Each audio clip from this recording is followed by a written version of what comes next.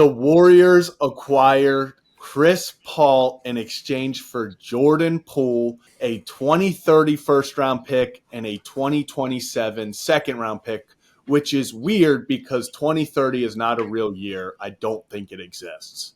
So, Reimer, the floor's yours. What are your thoughts as a Warriors guy on this trade? So, I'm going to be honest. I think the Warriors got fleeced. I really do. Now, it may work for the time being with Chris Paul. I don't know. But I see a lot of flaws in it. So you send your point guard of the future to DC where he can be a star, become an all-star this year, honestly, because he's given the keys to the Washington Wizards franchise now. I don't have a problem with the second-round pick unless it turns out to be like a Jokic-type player. But you traded away a first-round pick that's 7 years from now when Steph will probably be retired, Klay will be towards the back end of his career, and so will Draymond. You're going to need that. Because you might be in the lottery. You might have a top 5 pick, and you don't have that now. All for a 38-year-old Chris Paul. Chris Paul wants that ring. Yeah. He wants that ring. And I hate to say it, I don't know if that happens because – yeah, I love the Warriors. I want to see Steph and Klay and Draymond continue to win. But we kind of saw when in games 1 and 2 against the Nuggets, the Suns played at such a slow pace. The Warriors play at a very fast pace. In games 3 and 4 of that Suns-Nuggets series, the pace was up from the Suns because Chris Paul was not there. So now I'm worried if that's going to become a factor with this Warriors team because they love to get out and go, get the rebound and go, find your shooters. Is Chris Paul going to be up to doing that? I don't know. We'll have to see. Yeah. And Hayden, what's your thoughts? Like you said, I'm kind of happy, honestly, because I absolutely hate the Warriors all that I have. So now knowing that they're never going to win an NBA championship now that Chris Paul's in the team, I'm so happy. It's just like it's almost like Christmas, you know. Jeez.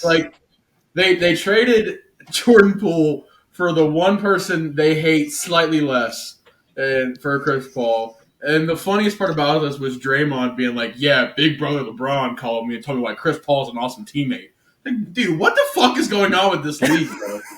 This is so strange. This is the weirdest offseason I've ever seen. I think the most interesting part is they clearly traded Jordan Poole to keep Draymond because of that dynamic. Wait, something happened with them? I don't think – maybe something quick. I think they might have yelled at each other or something. Maybe they had it might hit me when I figure out what happened with them. It'll just hit you in the – suddenly it'll just hit you in the face. I'll take it on the chin. You'll just get socked right in the kisser. But kind of what you were saying, Reimer, when the Warriors, even let's say when they want to slow it down some, Draymond's been the ball handler for that. Mm-hmm.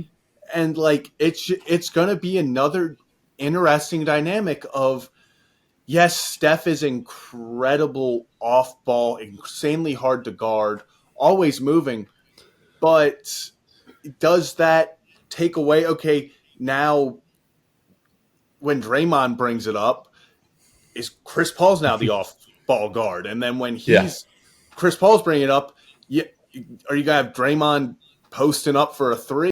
Who's going to be setting on the screens for Steph and Klay to come off and hit those shots? Because they're great at moving without the ball. But, exactly. Chris Paul's not going to be setting any screens. And, Wiggins can set a screen. But, Draymond's your hard-hitting guy that can set a good screen to get Steph and Klay open. And if he's got the ball in his hands carrying it up the floor and Looney's on the bench because you're going with the all-star lineup that you have, then, you might not get great looks right away like they're used to. Yeah, Draymond is hard-hitting. Yeah. One more thing about Draymond saying that, LeBron called me and, talked to me, told me what Chris... Was that real?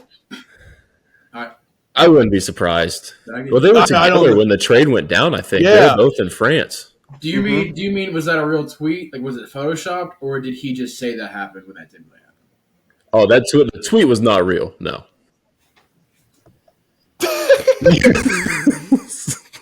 God dang it, bro. I fucking hate the internet. How did that seem so damn real? I was thinking, I was like, dude, Hayden has left the Guantanamo building. Bay prison guards couldn't get that information from it. I swear. Like, why would you admit that? I'm such a fucking. The minute I said it, I was like, there's no way Draymond said that and then tweeted that.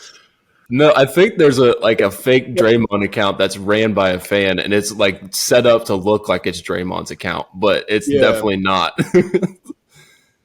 The Draymond Dream.